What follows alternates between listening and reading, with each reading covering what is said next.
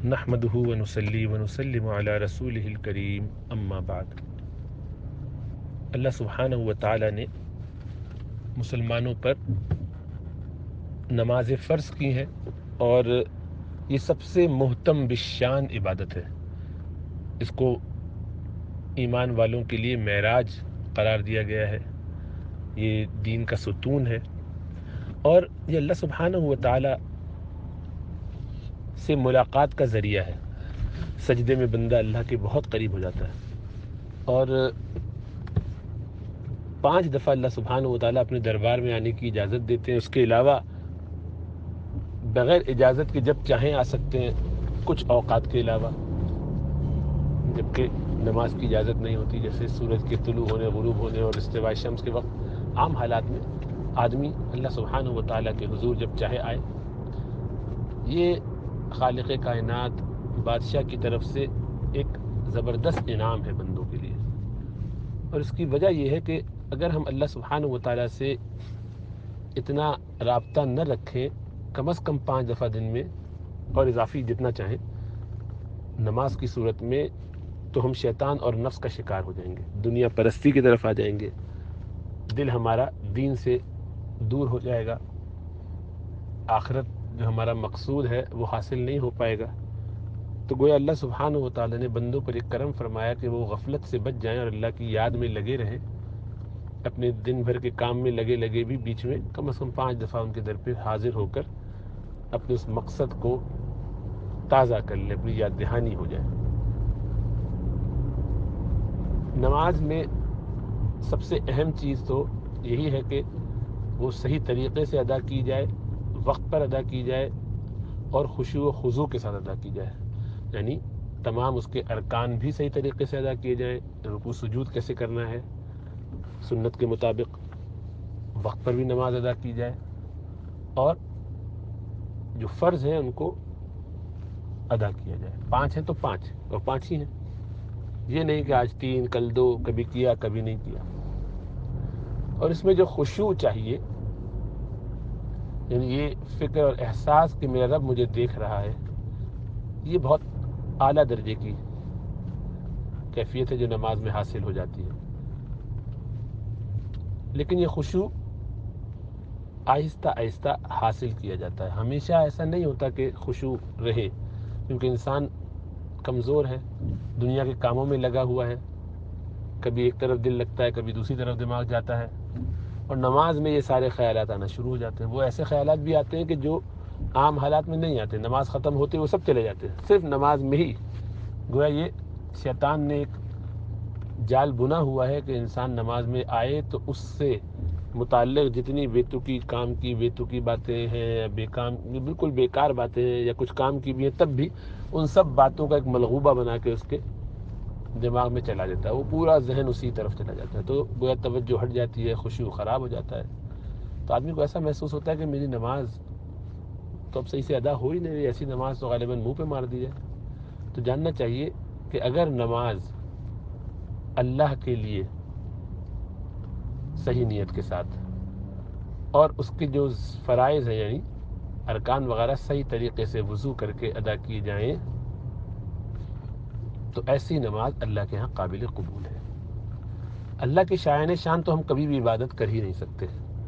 کوئی انسان اللہ کی بندگی جیسے کرنا چاہیے ویسے کر نہیں سکتا، کوشش کر سکتا ہے تھوڑی بہت، اور اللہ تعالیٰ اتنے بادشاہ ہیں کہ تھوڑے کو بھی بہت اچھا بنا کے قبول کر لیتے ہیں اور راضی ہو جاتے ہیں، تو اللہ بڑے کریم ہے۔ نماز کا حکم ہمیں ہمارے فائدے کے لیے دیا ہے، اس میں اللہ سبحانہ و تعالیٰ کی خدائی میں کوئی اضافہ نہیں ہوتا، ان کو اس سے کچھ حاصل نہیں ہوتا، ہمیں حاصل ہوتا ہے، اللہ ہر چیز سے بے نیاز ہے، تو ہم پر کرم فرمایا کہا کہ نہیں تمہارے فائدے کی چیز ہے اس لیے کرو تاکہ تمہیں فائدہ ہو، اور اس کو لازم کر دیا تاکہ ہم ضرور کریں اور فائدہ اٹھائیں، جنتوں میں بھی دنیا میں بھی۔ اب ایک شخص یہ سوچے کہ نماز میں جو جو چیزیں حاصل ہونی چاہیے اگر وہ ساری حاصل نہیں ہوں گی تو میں نہیں کروں گا، جب تک یہ پرفیکٹ نماز نہیں ہوگی میں ادا نہیں کروں گا، کیونکہ خشوع تو حاصل نہیں ہو رہا، کنسنٹریشن تو ہو نہیں رہی۔ تو جاننا چاہیے کہ یہ نفس کا دھوکہ ہے، یہ شیطان کا ایک بہکاوے کا سلسلہ ہے کہ وہ ہمیں اس طرف لگا دیتا ہے، بظاہر اچھی بات دل میں ڈالتا ہے کہ دیکھو میں تو اسی لیے تو نماز نہیں پڑھ رہا کہ نماز ایسی پڑھنے کا فائدہ کیا، اللہ کا حق تھا کہ میں اس کو اچھی طرح سے نماز میں یاد کرتا ہے، لیکن میرا دماغ تو ادھر ادھر منتشر رہتا ہے، تو ایسی نماز کا کیا فائدہ، اور نماز چھوڑ دیتا ہے۔ تو شیطان کا پہلا وار اور حملہ یہی ہوتا ہے کہ پہلے وہ نماز سے خشوع نکالتا ہے، پھر اس کے بعد نماز ہی پوری چھین لیتا ہے۔ تو یہ جاننا چاہیے کہ نماز میں وہ منیمم خشوع جو درکار ہے وہ یہ ہے کہ جب نماز شروع کی جائے تو اس وقت دھیان اللہ کی طرف ہو، یعنی اللہ اکبر جب شروع میں کہہ رہا ہو تو اس کو معلوم ہو کہ میں یہ مثلا ظہر کی 4 فرض اللہ کے لیے ادا کر رہا ہوں، عصر کی 4 فرض اللہ کے لیے پڑھ رہا ہوں، ذہن میں یہ چیز اس کے تازہ ہو۔ تو بس جب اس کا یہ خیال ہو گیا، نیت اس کی درست ہے، وضو اس نے کیا ہوا ہے، اور اب یہ سارے ارکان صحیح سے ادا کرتا ہے، تو یہ نماز اس کی اللہ کے ہاں مقبول ہے۔ اب اس میں جتنا زیادہ وہ اہتمام کے ساتھ خشوع لاتا ہے، لمبے لمبے سجدے کرتا ہے، تسبیحات خوب اچھی طرح ادا کرتا ہے دل سے، اتنی زیادہ اس کی نماز خوبصورت ہوتی جائے گی، اللہ کے یہاں زیادہ اس کے درجات کو بلند کرنے کا سبب بنے گی۔ لیکن ان میں سے کوئی ایسی چیز نہیں ہے کہ جس کی بنیاد پر کوئی شخص نماز پڑھنا چھوڑ دے، نماز بالکل گئی گزری بھی ہو، پوری نماز میں مثلا دل ہی نہیں لگ رہا، پوری نماز ایسی ہوئی کہ پتہ ہی نہیں کیا پڑھا کیا نہیں پڑھا، تو ایسی گئی گزری نماز کہ جس کو ہمارا دل یہ کہے کہ یہ تو اللہ منہ پہ ہی مار دیں گے، ایسی نماز بھی چھوڑنی نہیں چاہیے۔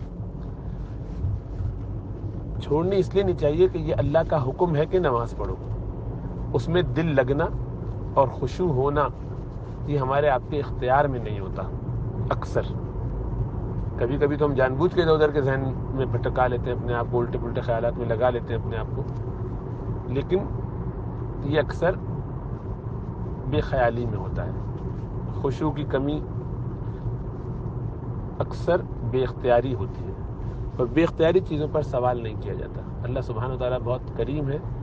وہ اختیاری اعمال پہ پوچھتے ہیں۔ بس ہمیں کوشش یہ کرتے رہنی چاہیے کہ جب ذہن ادھر ادھر چلا جائے، تھوڑی دیر بعد خیال آئے تو فوراً واپس اپنے آپ کو ذہن کو جھٹک کے واپس نماز میں آ جائیں، واپس اللہ کی طرف دھیان لگائیں، پھر شیطان بھٹکا دے تو دوبارہ آ جائیں۔ یعنی یہ ہماری چومکھی چلتی رہے، لڑائی لگی رہے، کبھی وہ دبائے کبھی ہم دبائے، جب بھی موقع ہو لیکن لڑتے رہیں۔ یہ جنگ شروع ہو جائے کہ نفس ادھر ادھر بہکانے کی کوشش کرے، شیطان ادھر ادھر کے چکروں میں الجھائے، توجہ خراب کرے، نماز کو ہماری وہ ایسی بیکار کروا دے کہ قابل قبول نہ رہے، اس کے باوجود ہم اپنی جد و جہد نہ چھوڑیں، تو کام آدمی کرتا رہے۔ اور پرفیکشن تو پہلی بات یہ کہ حاصل ہو نہیں سکتی، لیکن جتنی حاصل ہو سکتی ہے وہ بھی وقت کے ساتھ ہوتی ہے، وہ حاصل کی جاتی ہے۔ تو ایک حکم اللہ کا یہ ہے کہ نماز پڑھو، تو وہ حکم تو پورا کرنا چاہیے، اگرچہ اس میں نماز میں خشوع ہو یہ والا حاصل نہ ہو سکے، یہ دوسرا حکم ہے۔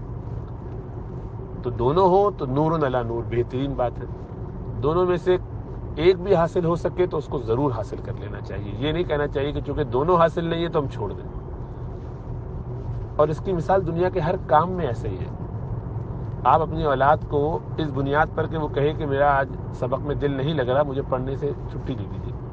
آج میں اسکول نہیں جاتا اس لیے کہ میرا دل آج پڑھائی میں نہیں لگے گا۔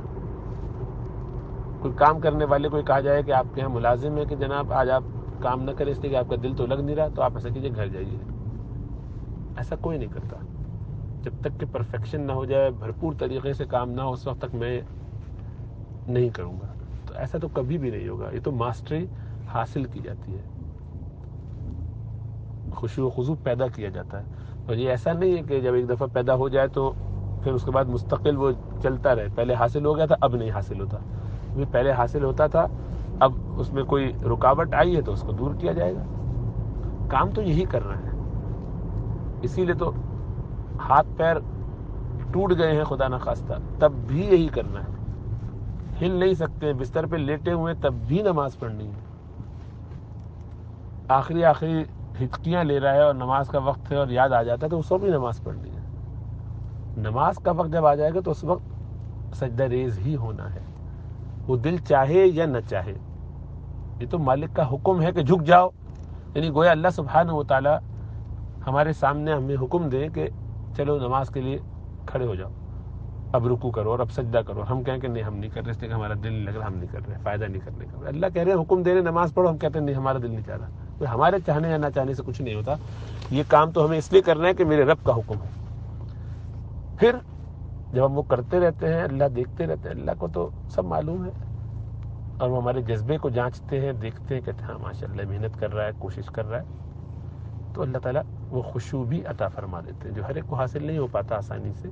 وقت لگتا ہے لیکن ہو جاتا ہے، جب ہوگا ہو جائے گا۔ اور وہ ہو یا نہ ہو، جیسا عرض کیا، اس کی کوشش کرنا مقصود ہے، خشوع حاصل ہونا ضروری نہیں ہے۔ کئی لوگوں کو ساری زندگی لگ جاتی ہے نماز میں، خشوع حاصل نہیں ہوتا، پہلی رکعت میں ہو جاتا ہے، دوسری میں نہیں ہوتا، دوسری میں ہوتا ہے، پہلی والی نہیں ہو پاتی، آگے پیچھے ہوتا رہتا ہے، تو ہو جائے ایک دفعہ تو برقرار نہیں رہتا، دوسری نمازوں میں نہیں ہو پاتا۔ تو یہ آسان نہیں ہے، بہت بڑا یہ چیلنج ہے۔ تو اس کا یہ مطلب نہیں ہے کہ جو اس سے کم درجے کی ریکوائرمنٹ جو ہم پوری کر سکتے تو وہ بھی نہ کریں۔ یہ ایسے ہی کہ اپنی اولاد کو کوئی کام کرنے کو کہیں اور اس میں جو مشکل کام ہے وہ چھوڑ دے، اور جو آسان کام ہے وہ بھی چھوڑ دے، تو آپ کہیں گے نالائق، مشکل تو سمجھ میں آیا ہے لیکن یہ آسان والا کیوں چھوڑ دیا؟ تو تجھے آتا تھا کرنا، کیوں نہیں کیا یہ والا کام؟ تو کہا کہ جب میں نے مشکل والا نہیں کر سکتا تھا تو میں نے سوچا کہ یہ بھی چھوڑ دوں، فائدہ کیا، پورا پیکج تو ہو نہیں پا رہا صحیح سے۔ آپ بھی اس کو دو چپت لگائیں گے کہ بہت ہی احمق آدمی ہے، جتنا ہو سکتا تھا وہ تو کرتا۔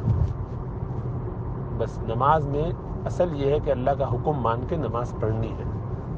اور پھر اس میں خشوع پیدا کرنے کی کوشش کرنی ہے۔ ایک شخص کہے کہ میں بھی مسلمان ہوا ہوں، خشوع کو تو دور کی بات، مجھے تو نماز پڑھنا بھی نہیں آتی تھی، جب تک مجھے نماز پڑھنا آ نہیں جائے گی میں نماز پڑھوں گا نہیں، کیونکہ نماز میں سجدہ رکوع وغیرہ کرنا صحیح سے فرض ہے، اور وہ نہیں ہوگا تو نماز ہی نہیں ہوگی، تو میں نماز ہی نہیں پڑھتا۔ نہیں، آپ کہیں گے نہیں کوئی بات نہیں، ایکشن کرو، ابھی ہمارے ساتھ کھڑے ہو جاؤ، جیسے سب لوگ پڑھ رہے ہیں ویسے کرتے رہو اور آہستہ آہستہ سیکھتے رہو۔ یہی طریقہ ہے، زندگی ایسے ہی چلتی ہے، ہر معاملے میں، ہر میدان میں دکھایا جاتا ہے کہ بھئی تمہیں کرکٹ کا شوق ہے لیکن ابھی ذرا آ جاؤ میدان میں، تھوڑا سا کوشش کرو، 4 دفعہ چوٹیں لگیں گی، کچھ یہاں گڑبڑ ہوگی، کچھ سمجھ میں نہیں آئے گا، کچھ تم روتے دھوتے گھر آؤ گے، پوری طرح سے ہار جاؤ گے، لیکن آہستہ آہستہ سیکھ جاؤ گے۔ سائیکل چلانا چاہتے ہو، بیٹھو، ہاں وہ نہیں ہو رہا، بالکل سمجھ میں نہیں آ رہا، ہر لمحے پہ ابا کو پکڑنا پڑ رہا ہے، بھائی کو سنبھالنا پڑ رہا ہے، کوئی بات نہیں، آہستہ آہستہ آہستہ ہو جائے گا۔ یہی طریقہ ہے، دین کے ہر کام میں ایسے ہی کیا جاتا ہے، دنیا کے ہر کام میں ایسے ہی کیا جاتا ہے، سب چیزیں تدریجاً حاصل کی جاتی ہیں۔ یہاں گڑبڑ ہو گئی، انفیکشن تھا، حالات خراب ہوئے، بیماری ہو گئی، اس کی وجہ سے جو اب کنسنٹریشن نہیں رہتی، تو کیا ہوا؟ کنسنٹریشن دوبارہ آ جائے گی، کوشش تو کرتا ہے آدمی۔ تو یہ اپنے ہاتھ پیر ایسے چھوڑ نہیں دینے چاہیے کہ دوسرا جو ہے وہ یعنی شیطان اور نفس ہم پر حاوی ہو جائے۔ اللہ سبحانہ و تعالیٰ ہمیں سمجھ اور شعور عطا فرمائے۔